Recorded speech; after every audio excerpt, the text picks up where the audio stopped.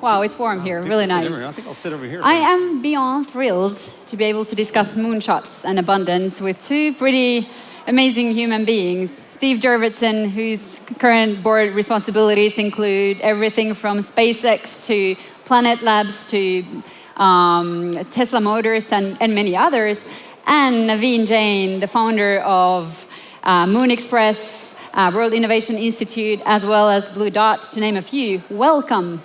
Thank you.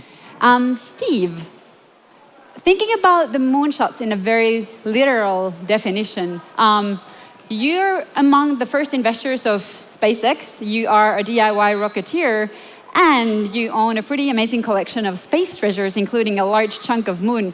Where does your interest to moon stem from?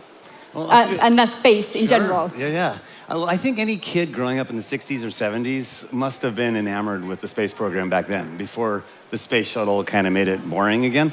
It was an incredible frontier of exploration. It motivated tons of people to study engineering and math and science. And so I think I was one of those people. I went to space camp at the Johnson Space Center, and I wrote little computer games that involved little spaceships. And if I could think as a child to my present self, I would just not believe that it's possible to be involved with projects like we're involved with today. The things that Naveen is doing, that Elon Musk is doing, are just breathtaking, right? Colonizing other worlds. It's the stuff of dreams. How could you not be interested in this? Oh yeah, that's so true. Yep. And Naveen, as said already, your company won the first approval from the US government to make an unmanned mission to the moon. What on earth are you going to do there? Well, I mean, if you think about it, landing on the moon is not just about landing on the moon. When we land on the moon, not only we become the first company ever to do so, but more importantly, we become the fourth superpower. And what that really means is that next set of superpowers are going to be an entrepreneur sitting right here, and it's not going to be the nation states. That means every single thing that used to be the domain of nation states, whether it's education, whether it's healthcare, whether it is manufacturing, all those are going to be disrupted by entrepreneurs. And the old guards are going down. That means half of the Fortune 500 companies won't be around in the next 20 years. And when the old guard goes down, it opens the opportunity for every one of us to become the king of our own sector. That's pretty mind-boggling, I have to say. Hey, but in the 60s, going to the moon was not just about, getting there, as you said. It was a much bigger project. It expanded our mindset and changed our thinking of what's possible and what's not by just looking at the amazing astronauts pulling off something so extraordinary. Now, thinking about today and the moonshots needed today to stretch our thinking and to help us make the next leap as a humanity forward, what are those moonshots that we need? You want to go first? Well, sure. I mean, so there are many moonshots. I mean, think about the biggest problem on facing humanity are the biggest opportunity for entrepreneurs to solve. So if you look at the rising cost of healthcare, what if the sickness was optional? What if we understood our body such deeply that we knew every metabolite in our body, every microbiome in our body, and we are able to not only understand it, but to be able to change it. And in that case, not only the sickness becomes optional, I would argue the death becomes optional. Right? Yeah. And that same thing will apply to everything from education, abundance, creating abundance of fresh water, creating abundance of energy, creating abundance of food. And all those things are possible today, and some entrepreneurs are going to do that because all the confluence of exponential technologies are going to make it possible, whether it's a stem cell technology or whether it is a artificial intelligence, or many things are simply the tools and the technology that are built on top of each other that's going to make it possible. Steve? Yeah, I would agree. When I think of moonshots, the term gets used often for a reason. Something that was thought to be impossible, something for which we don't see how we get there from here, yet someone puts a stake in the ground, rallies folks behind it, and we achieve the impossible. So I think in medicine and healthcare, there's a lot of that around curing cancer. I would say providing free healthcare information and diagnostics for everyone, forever, is one of those moonshots. The current sort of healthcare industrial system may not ever get there, but some new entrant might say, look, there's going to be 2 going to 6 billion people online. They all need free healthcare via the cell phone. Let's make that happen.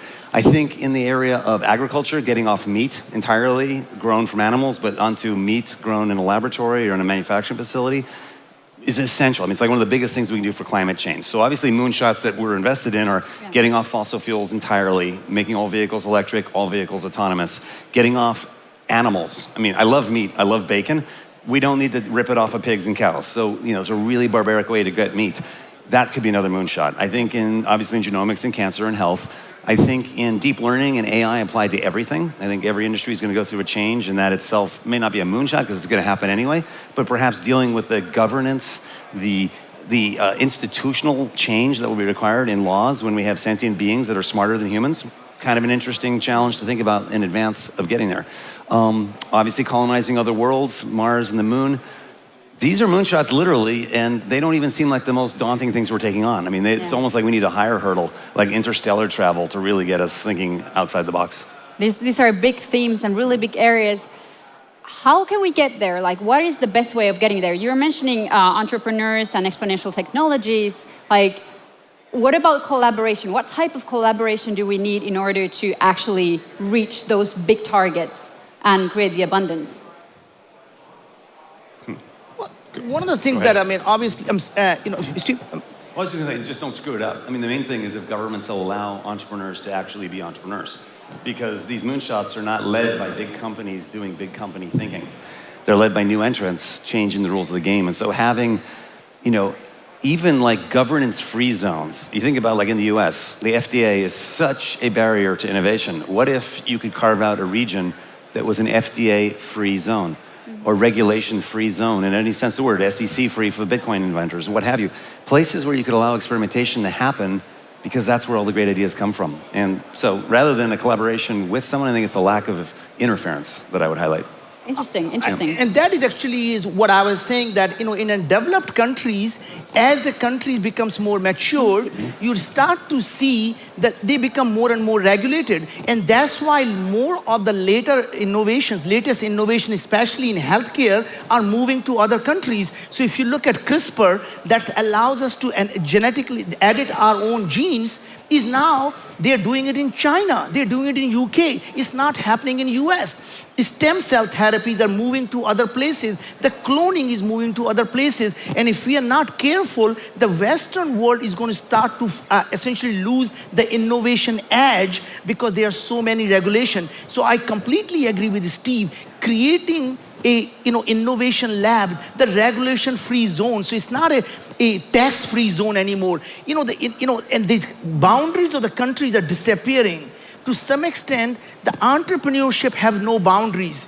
And the capital is not patriotic. The capital flows where the opportunities are. So whether you are in Finland, if you can create the opportunities in Finland, the money will flow to Finland. You create the opportunities in India and China, money will flow there. So all you have to do is get out of the way and allow the entrepreneurs to be entrepreneurs. And more than that, I would say is allowing people to dream so big that people think is absolutely crazy, and creating a culture where failure is not considered a failure. As an entrepreneur, you never fail until you give up. You simply pivot. Every idea that does not work is the idea that becomes a stepping stone to a new idea. So entrepreneurs pivot, and they only fail when they give up. Exactly. So yeah, I love your thinking, and I think that your mindset is somehow exponential, so to say. So how can we enable other entrepreneurs and anywhere in the world to basically obtain the similar mindset? How can we build that and encourage that? Well, I think there's a variety of ways. Maybe Naveen will talk about Singularity University and some folks that help train in that regard. I think simply if you use semi-log paper and graph Moore's law on it and just spend some time contemplating that almost in a meditative state, you can get there. What I mean by that is Moore's law, you're doing this exponential curve, I fixate on it. When you plot it on a logarithmic scale, it's a straight line. And I think for whatever reason in our minds, we make piecewise linear approximations of the near future. In other words, we see a couple examples of something, we assume it's going to continue in a straight line. I think we're incapable of internalizing exponential curves. We just can't do it. So convert the data set, make it logarithmic. So you can literally plot a straight line on a log paper, and you can think the way Ray Kurzweil has done throughout his career, 5 years from now, computers are going to be able to do this that they can't do today, and 10 years, and 20 years, and build business plans and forecasts that anticipate that change. So things like speech recognition for under $1 in every product. Well, that's within 2 years. right? So what we see today, like an Alexa voice command from Amazon, imagine that could be in every Roomba, every little consumer product, that it's cheaper than putting buttons on a product. And that's obvious. If you just look at Moore's Law and be like, oh wait, like what cost X today will cost 1,000th of that in 10 years. Let's build products that anticipate that future. So, yeah, I agree. I mean, imagination is the only thing that stops us from doing the great things. So it's not the sky is the limit. Sky is nothing but a figment of our imagination. And when you go from here to the moon, you don't call the mom, just I passed the sky now, right? There is no such thing. So it's simply the imagination that stops us from getting to what we want. And I think Steve is so right. Most people tend to go where the puck is rather than where the puck is going to be. And what exponential technology does is that it challenges the human mind because we can't fathom where the things are going to be. And people start to always look at the things very linearly. And I think that Steve was mentioning that, if you think about taking 30 steps, every one of us can say 30 steps is going to from here to maybe the corner of the room. But if you talk about 30 exponential steps, that means 2, 4, 8, is very few people will ever imagine you would have gone multiple times around the planet. And it's just the human mind can't fathom. And that's where the disruptive steps come from. It's not even the primary, as we were talking backstage, it's not just a primary impact of the technology. It is the secondary and the tertiary impact of the technology that's really mind-boggling for most people. So when you look at the autonomous car, we can obviously think how it's going to disrupt the automotive industry because you don't need to own the car anymore. You can essentially always be on demand. What does it really mean to the caterpillars of the world? Because you don't need to build as many roads.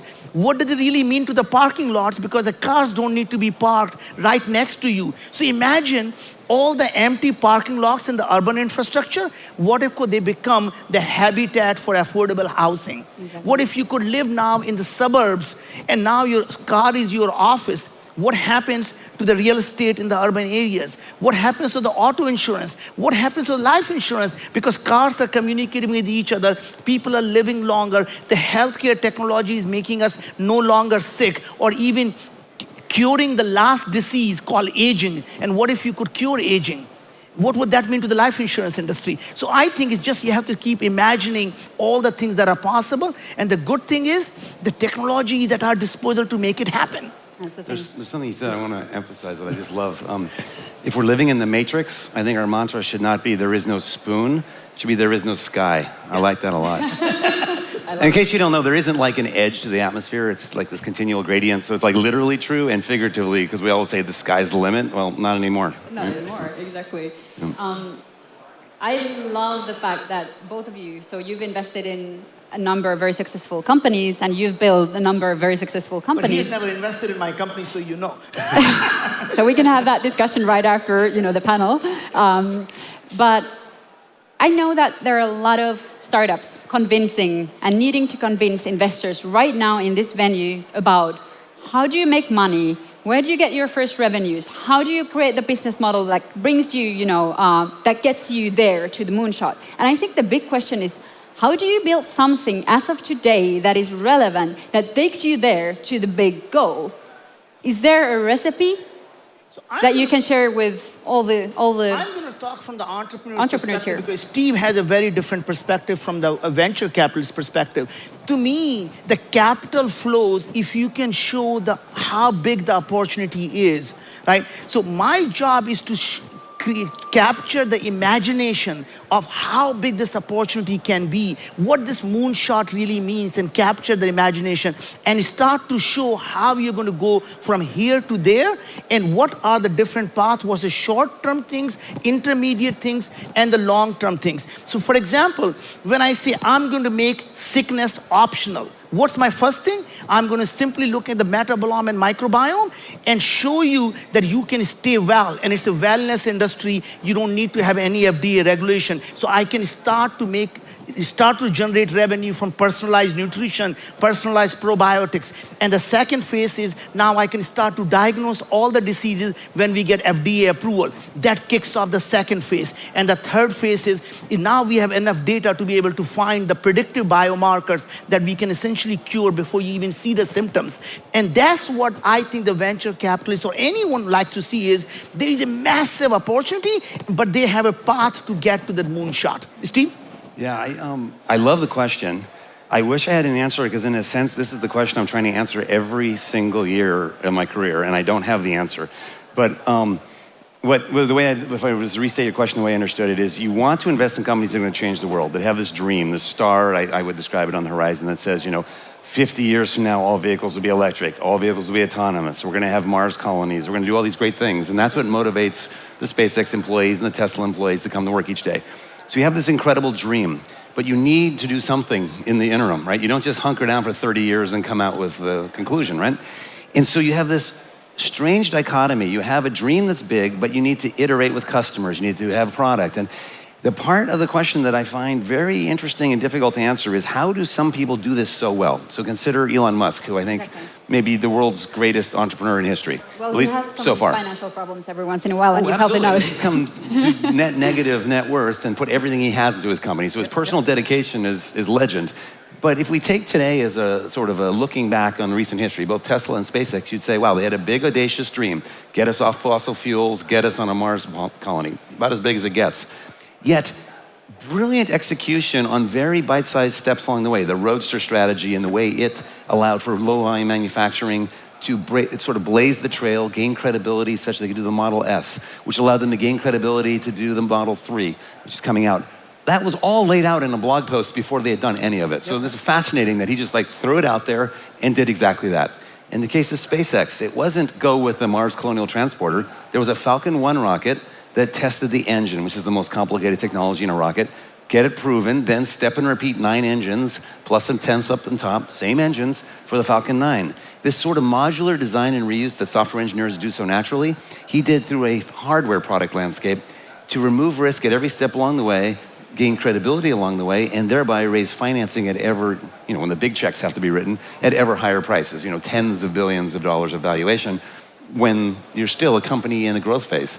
A company, frankly, hadn't even done an audit at that point, and they're raising just incredible sums of money. That's the thing I wish I knew the formula. Where can I find more Elon Musks or people that think that way? And sometimes you know it when you see it, but I wish I could give them a playbook. And so if anyone can get the answer to your question, I'm all ears. Somebody needs to write a book about this and really explain the recipe. Well, I don't know if Obviously, it's anyone has going the to answer. Like if someone could at least articulate an answer. Well, you did. You did a great job. Find the next Elon, but It's how here. do I know? It's so hard to tell sometimes. So, okay, let's jump to, the same topic still, abundance and moonshots, but to our turbulent times. Even though the world is ever more abundant, we are seeing jobs disappearing, we are seeing a nationalist backlash that threatens to, take us back and start an era of insecurity. What can we do to solve this thing? How can we make sure, and what is the role of entrepreneurs to basically push us forward from this era of insecurity towards the abundance where, how can we overcome these obstacles that we're seeing? Let me give you a tangible example, make sure everyone in the room knows what we're talking about. So if you read Peter Diamandis' book, Abundance, you can imagine leaping to a future where robots do every menial task that a human currently does, all of agriculture, all of manufacturing is robotic. People are the indentured rich of the past, right? Because we have machines doing our bidding and we don't really need to work. We could be like most of human history where there's no jobs and you had slave labor. The robots and the AIs are our slaves in the future. It's kind of a weird metaphor mix. Humans aren't doing any of that because they're not competitive. That might be nirvana or that might be hell. But the nirvana path presumes that we transition in a peaceful way around employment, around healthcare, around rights, basic Maslow's hierarchy of needs. And so I think all else being equal, we're doomed. And entrepreneurs love to solve problems. And so I think they will solve this problem. They'll look at this transition and say, we need free healthcare forever. Check, let's work on that. Free education for all. People are working on that. And so forth. I think all physical goods would cost $1 a pound. But there are a lot of transition issues, and I don't think politicians, for example, think about that this way, that we're moving to a period of 80% unemployment on a transition to an even higher percentage. What they instead focus on is the symptoms, like immigration policy, or protectionism in trade and between nations, or looking at China and complaining about what they're doing in manufacturing. That's missing the point. Those are the symptoms of a much bigger, irreversible, long-term trend, and as long as someone can identify it, they can work on solutions instead of patching all the symptoms. Well, I think Steve said it pretty, brightly here that, these geographical boundaries must disappear because entrepreneurs don't look at these geographical boundaries. Our basic needs are going to become free. They're going to become democratized and they're going to become demonetized. And when all the basic needs are free, that actually you could argue creates unemployment, but you could argue that creates a new type of employment where it allows each one of us to be creative to do the things that we never had time to do. And in fact, in the past, the history has shown that even today, the 50% of the jobs that exist today did not exist 20 years ago. So that means the new types of jobs are being created every single day. Who would have ever thought there's going to be a job for machine learning or a big data analytics? And as the list goes on, that new types of jobs are going to be created. But more than that, if you don't have to work for the basic needs, then you'll be always working for solving a bigger problem, right? Whether it is creating a multi-planetary society, allowing for us to move away from a single point of failure. And we all know that going to the Mars is the ultimate goal, but I still believe the moon is the first stepping stone because moon is only 3 days away rather than 6 months away. So in fact, the problems are very similar. High radiation, the wide temperature difference and low gravity. And if you can solve that, and which is very solvable, then you'd rather be a lunatic 3 days away than be a Martian 6 months away. And with M drive, you could argue that M drive, the electromagnetic drive propulsion, would allow for humans to go from Earth to the moon in 4 hours. That's faster than going from San Francisco to New York. So imagine if you can connect the moon and the earth and we all could be together and as if we are physically on 8th continent, which just happens to be easier to get to than going from San Francisco to New York. Naveen, I have to ask you, how do you see us going to the space will help us reach abundance here on Earth and obviously in the universe? Well, I think it'll more than that. It will create world peace. And here's why I say that. If you think about what we fight over land, we fight over water, and we fight over energy. All we have to do is look up, and we see nothing but abundance of land. Remember, we are a tiny, pale blue dot in our own galaxy, and there are billions of galaxies. It's simply the mindset that says we can't live there. What if we could live there? Abundance of water. There is nothing but water in the space, and there is abundance of energy. In fact, even on planet Earth, every 90 minutes, more energy, solar energy falls on Earth than we use in the whole year. All we have to do is simply convert that. And that is happening. Even the radiation, imagine the nature has already done the job for us. We find the bacteria that is thriving in the radioactive nuclear waste. What if we can take the genes from those bacteria and use the CRISPR technology to modify us humans? So not only we survive in the radiation, we use the radiation as energy. So instead of eating pizza, we're going to say, baby, give me some more radiation. I love that. Hey, Steve, you said that you invest in companies primarily because you really want to learn from them. So tell us the biggest learnings from, working together with SpaceX. Oh, from SpaceX. Wow. Well, SpaceX is incredible. I think some of the learnings have been the power of simulation. So everything that they fly, they have this test rig that in a sense makes it like, if you close your eyes and ears, you think about what comes to your brain, it's all sensory input, right? And philosophers have debated what is reality but what your senses tell you. Same is true for autonomous cars and spacecraft. All they know is what their various sensors, radars, lidars, cameras are telling them. Well, you can spoof those in a simulated world and test millions and billions of iterations such that many of the products work the first time, be it in autonomous cars or in autonomous rockets. And so that ability to simulate for first-time success is astounding. And you see SpaceX pushing so far ahead. If I was to abstract that a bit, what I've learned is the value of process innovation. Investing in companies that have a reason why they'll keep outpacing others versus a given product or patent that they rest their hat on. So, it's more of a dynamic game. Why will this engineering team continue to out-innovate the other engineering teams in a competitive market? usually relates to a process internally, not externally visible, that gives them an advantage. We see that in synthetic biology companies that use artificial evolution to their advantage. We see this in companies using deep learning and other iterative algorithms to build software stacks to leave everyone else scratching their head when they just focus on the product. And I really am trying to turn my locus of learning personally from product decisions to process decisions, even within the venture firm. Like, how do we hire? How big should the team be? How do we vote? That might be more important than is China or clean tech or early stage, those kind of product decisions. They aren't really what matters. It's more like how big's your team? How diverse cognitively is your team? Those kind of process variables are frankly more important. And that's what Steve Jobs focused most of his career on too. It wasn't a product, it was the process of Apple internally. Exactly. You know.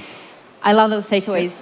Before we end, if I may there's just one add thing. to one thing that Steve said, I think it's really the leadership that entrepreneurs bring, which is really the culture that gets created. So really it's the leadership of how they manage the team. They don't manage them as resources, they don't manage them, they inspire them. And they really get the best out of them because the people who work there are inspired for a cause that they believe in. And it's not about a person, it becomes the cause for every single person who works there. Exactly. Speaking about inspiration, just before we came here last week, spoke with Naveen, and he said that in case we get 1% of people inspired and really, continue pushing their dreams and making them come reality, we've succeeded. So I have to ask the audience, how many of you are inspired after this discussion? Raise your hands if you have. I think you nailed it, guys. So thank you so much, Steve Jurvetson and Naveen Jain, for sharing the stage with me. Thank you so much.